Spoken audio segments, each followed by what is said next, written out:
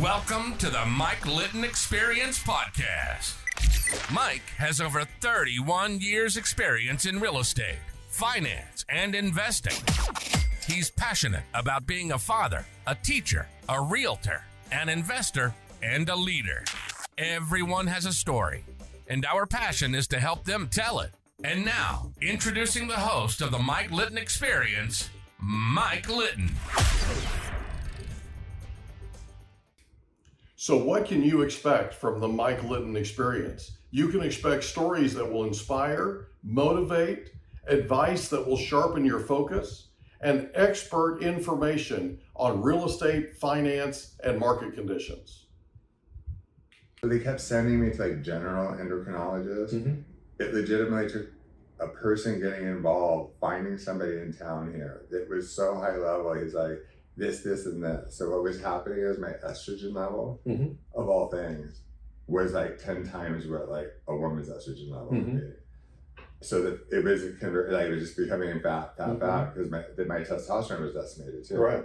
That part of the story a lot of people don't know. Yeah. So like things. But it's important. This is important because there will be people that are listening to this that are going through this. And please go to the doctor and speak up if you think anything. You know your body. That's Absolutely. the one thing I tell people, like, you know your body. You need to be your own advocate, especially now. It's the worst. It's true. So then what was starting to happen, they got it, then I started to get the weight under control once he got me on his regimen. But I was like, something's wrong with my back again. So I was like, this feels familiar, but it was a little bit higher. So he's like, with the weight you're carrying, like, blah, blah. I was like, don't do this to me. He's like, no, I'm going to send you to a neurosurgeon. He's like, one of the best in town. You're telling me your left foot doesn't wake up. It's taking an hour or two. That's not normal. So they got me in right away. He was like, you kept blaming it on your weight. I was like, oh, well, it's probably a pinched nerve. Anything that I could come up with an excuse to not go in my head, like I was a doctor, so stupid. Well, but going to the doctor was kind of traumatic and earlier, right? So it is more. I don't blame you. Go to the neurosurgeon. His PA was really smart. He wasn't there that day. And she was like, look up, and she was using like not a bobby pin. Those like where they poke you with a pin, but I can't figure out what are those called? Safety pin. Okay. So like she had the safety pin open, I guess, and Wes was in there. And she was like, bang, bang, bang, hitting my foot with it. And she was like, do you feel any pressure? Do you feel anything? And I was like, no. And she was like, okay, we have an MRI next door. We're going to send you to the MRI right now. I was rolling along like, okay, we did that. We'll have your results in 2 weeks. We'll call you. This is the defining moment. I had this is why I never leave my cell phone next to the bed ever. This is from years ago. 7:30 the next morning, boom, it was their number calling. And I said to Wes right there, I was like, my insights say this is a problem. And sure enough, they're like, you need to come in to the hospital on Friday. This was a Wednesday. And I was like, no, I have work commitments. I'll come in, like, we can schedule just a couple weeks out. And she was like, I'm telling you, Dr. Leary needs to see you in the hospital. You're going to come in, you're going to have one infusion. You'll be in here for max a week, and it might take you 2 weeks to recover, 2 to 4 weeks. I go in 2 weeks after they said, because I was always prioritizing work, bad idea. Once he got in there, my entire back was destroyed. So I'm bolted like front and back. They literally had to unattach me on 10 elbows and put me back. So it's called dish disease. It's an autoimmune disorder. When I woke up in the ICU, I was like, enough of where I'm like, holy hell, you have to be kidding me. Like, this is like repeat trauma all over again. Because it wasn't the normal recovery room. Right. And then my mom had passed. My sister, Wes, and another family member, they walked into the room. And you know how you're just becoming coherent? Like, I could see that all their eyes were red. I was like, uh-oh. And I asked him, like, what's going on? He's like, wait till Dr. Leary comes in. Like, he'll tell you. It's better if he explains it. Oh my gosh. So then he was like, dude, you're not leaving. You're the worst case I've ever seen. I was like, you have people that legitimately are paralyzed from a motorcycle accident that you made able to walk again. I'm the most traumatic person you've ever seen. He was like, you're having another surgery on Monday on the front. I had to go on 10 levels for you to put you back together. And my neck is long, I guess. And so the standard issue titanium that normally would have been in there. The Scripps La Jolla didn't have it. Oh my God. So they put me in, they had to use a lit team. Like no one could touch me. It was the weirdest thing for 3 days. And then when he put me back in for surgery on that following Monday, oh boy, when I woke up from that one, I was like, I'm never gonna be able to walk again. Like I was like this. There's no way. Like if people only knew, I'm not championing anything about myself, but like right there, I was in the ICU for a month. There was one nurse who was a total bitch the whole time. And there was another really great one. And when I was leaving, she was like, what did I tell you about the walker? She's like, you've been in the hospital before. You know we have to put you in a wheelchair. And she looked me straight in the eyes and she's like, get used to the wheelchair because that's where you're going to be. Now, because I didn't want to tell you everything about the story. I was bent over like this and I looked up. The other nurse I loved was there too. And I looked up and I was like, you've been such a bitch the whole time that I've been here. I'll tell you right now that I'll be back walking. So Christine was her name, my hero, ICU nurse. She was like, please do. She's like, you're going to have to fight. So I was in 3 years of physical therapy that most people don't know. Crappy part, the early onset Parkinson's was there the whole time. It's just, with all of this, they were just saying like, well, you're having neurological deficits from the surgery. I was like, something's wrong with my voice. I like the radio, from when we had the radio show. It was like, I would have people that have known me since high school or college and would listen. And they'd call me like, something. I said, you know, I'm always talking. My voice is probably just wearing out. Yeah, it was Parkinson's destroying my vocal cords. I was losing my sense of smell. My handwriting, I said like girly penmanship, was becoming like doctor's handwriting. And I would notice, I would just chalk it up to all of this that happened. Like, oh, my balance seems weird. I probably should just like slow it down. No, I finally got to, they said it had hit my hips, that same dish disease. I go to this doctor. He was total bitch. He was. I love what a bitch he was actually. And he was like, pull my leg, pull this. He's like, well, your hips are not fun. He's like, but bigger picture, you better get that early onset Parkinson's under control or I can't touch you. And I was like, early onset Parkinson's? And he stopped and looked at me. He's like, forgive me, I'm rushing a little bit today. He's like, I just reviewed your films. I didn't review all your medical. He's like, it was like a thesaurus of encyclopedias and just like nonstop with your medical. He's like, I apologize. Like, have you not been diagnosed? I was like, oh no. My gosh. So it's like a slip of the tongue kind of thing. Oh yeah, and he ran out and called this neurologist who was in, I call it the Zymed Mafia at Scripps. Unbelievable. And when he came in, he was like, you had an appointment with her in July and you didn't show up. And this was December. I was like, I did? I was like, I did, I don't remember. Because I had so many damn doctor appointments. The one thing I never did though is stop working. So like for me, the plugged in was where real estate was beautiful. I moved into real estate because of all the drama that happened early on. I wanted control of my life. I didn't want to be in law. I didn't want to be a lawyer. I didn't want to be any of those things. I could probably out-practice anyone if I had a license. But it's just boring. It's not, if I could be in the courtroom every day, you bet the first time I would have been done, because that's where my strong suit would be, being in trial or something like that. I agree with that. But to do that, you would have to take the path of working at the DA's office or the public defender. Had I been a few years younger and had a different, like Benjamin Button's factor, looking back, had it to do over, I would have went from college right into law school, secured a job that made sense, like at the DA's or the public defenders. You get paid crap, you work your butt off, but you don't get that. You cannot put a dollar amount on that experience. That's true. The best attorneys in town that charge the most, drill down with them and ask. Majority were either DAs or public defenders. Absolutely. Regardless of what level they ended up in. That's where they started. So I moved into real estate. People said I'd have more control of my time. Joke. Then I started doing mortgage, hated it.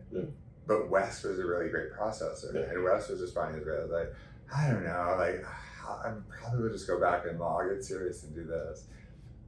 Then like, was making a lot of money in mortgage, being transparent, was not screwing people over like pros. Like I feel like I could save the world, that's the biggest joke. But like people were being taken advantage of. Then everything shut down like basically overnight, like all the warehouse lines. It took me at first, like a couple months, like we had a short seller house. We had a short seller investment condo. I was like, oh my God, like this is insane. And we had a nice little nest egg in the bank between all the medical, that happening, trying to be like, things were just depleting quickly and quickly. And I'm like, Well, I want to avoid bankruptcy, although I would file it if I needed to. I'm not too proud to say that. People have hard times in their life. It's okay to speak up about it. And the weird thing is, like, short sales just fell on me and the REOs, the real estate, not like the company. And I was doing that, sort of partnering up with somebody, and I'm like, no, I'll just do this on my own. I'm doing most of the work anyway. I love the person I partnered up with. But I'm like, I think I'm actually built more to be on the sales side than the mortgage side. I just like, I don't want to talk about your impound accounts, your taxes, or your insurance. I really don't. And Wes loved it. So we had all that training, all those years of the process. And that's why he's such a great loan officer now. And a great guy, by the way. He really is sweet. Then with the early onset Parkinson's, everybody thinks they understand Parkinson's. It's the reason I went public is because I was on a cane, I could barely walk. People were thinking, do you have MS? Do you have this? Like, you name it. Lou Gehrig's, everything under the sun. And I'd be like, no, it's just this weird disc disease that I have, and it's like got to my hips, I can barely move. No, it was the part, that's why I wasn't getting better, because it makes your body retract and become more rigid. What I didn't know about early onset is it also will try to take you down from the inside out. I think people think of Parkinson's as like, when your grandfather gets it at 80, it's sad. Like, oh, bummer, he has Parkinson's. But they're 80. And there's 87 different variants of it. Unfortunately, I have the same variant as Michael J. Fox. And God bless Michael J. Fox. Talk about somebody who was diagnosed early, and thank God he had the platform. I hate what he's been through. But I'll tell you right now, had that not happened to him, like, no way would they be where they're at. And they've got a ways to go, obviously. And it's a brutal disease. Like, I could talk about real estate all day, and top 500 insanity, all that stuff we could talk about. At the end of the day, all I care about is taking care of the people. Not worried about unit number, this or that. Like, I know what I want to do. I want to be able to help people. And that gives me great satisfaction.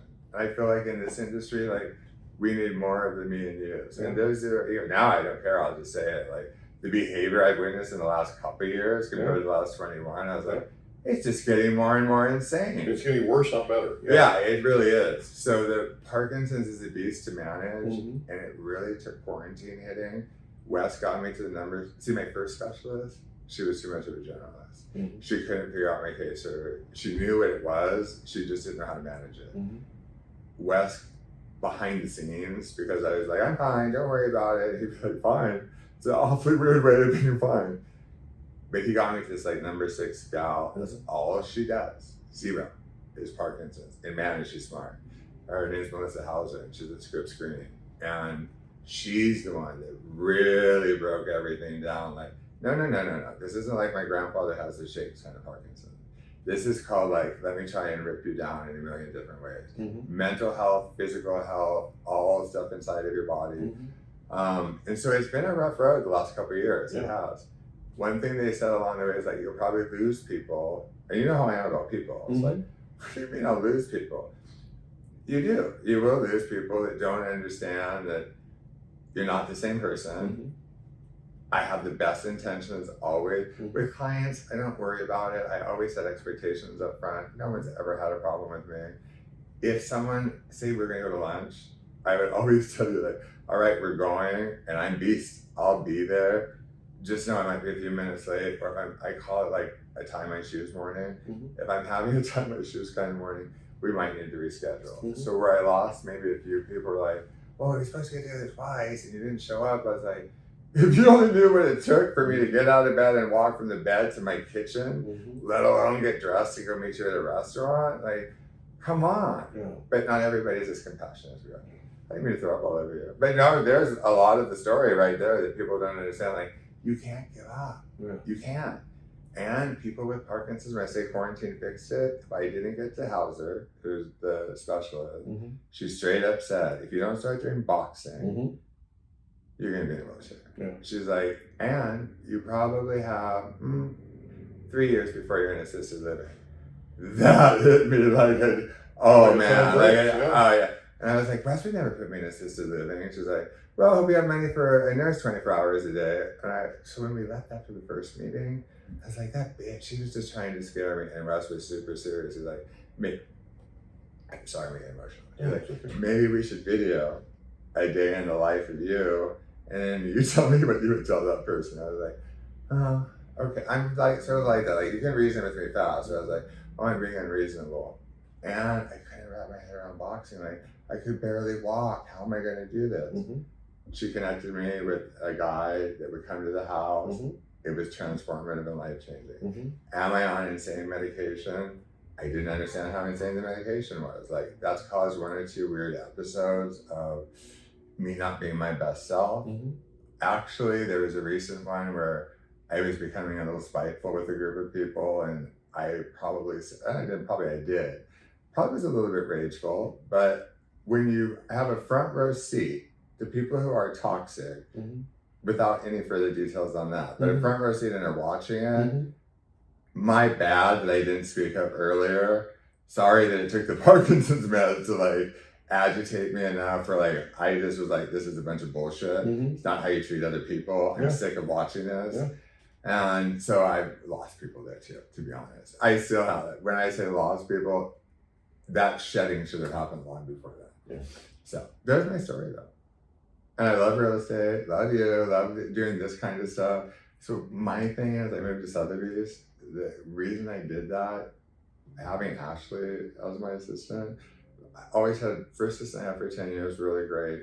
Then COVID, then I found Ashley through Sonia. It's easy, God bless her soul. She's here with us, I believe it. But having Ashley's allowed me to like be able to flex on the things that I'm the best at. Do I want to show houses? That's not my strong suit. Like, I'd open the door, I'm not going to push anybody. If it's a high dollar luxury house, I'll go because those are different specifications. I still have all the agent interface. I still do all the heavy. See, that's what the public doesn't understand. It's not just about opening a door. Opening a door, a monkey can do that.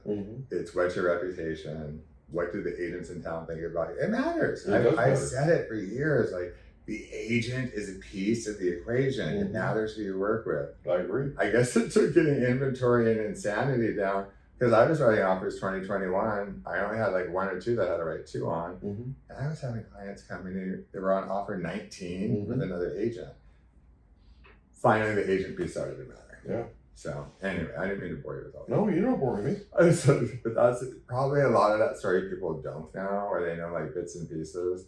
And when I had the incident with the meds, people are like, well, I know somebody that has Parkinson's, they don't act like that. I know somebody that has Parkinson's. It's like, no, you don't. No, you don't. And I'm not making any excuses for myself, zero, or my bad behavior if that's the case. But no, you don't. Like, it took me 2 years to understand everyone's journey with this is unique. Had I not got to Hauser, I wouldn't have had the wherewithal to understand that. I would figure like it was a certain trajectory. You have 5 stages. I'm in X stage, like 3 now, I'm 5. Stage 5 is like, I better be gone before that happens. I don't mean to sound horrible, but like, I know what stage 5 looks like. I've been to Parkinson's walks and I've been around enough to see. The stage 4 could be a thing, but like when you box, when you follow the protocols, when you swim, whatever.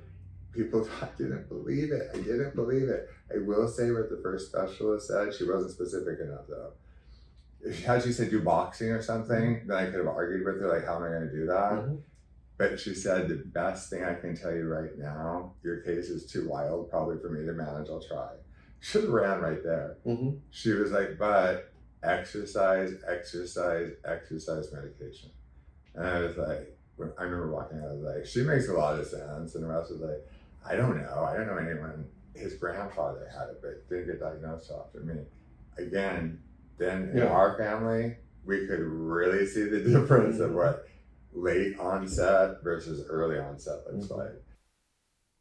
We hope you enjoyed another episode of the Mike Litton Experience. If you did, do us a favor, smash that subscribe button, tell your friends, family, and coworkers about our program, and wherever you get your podcasts, please leave us a rating. It helps us to connect with quality people just like you.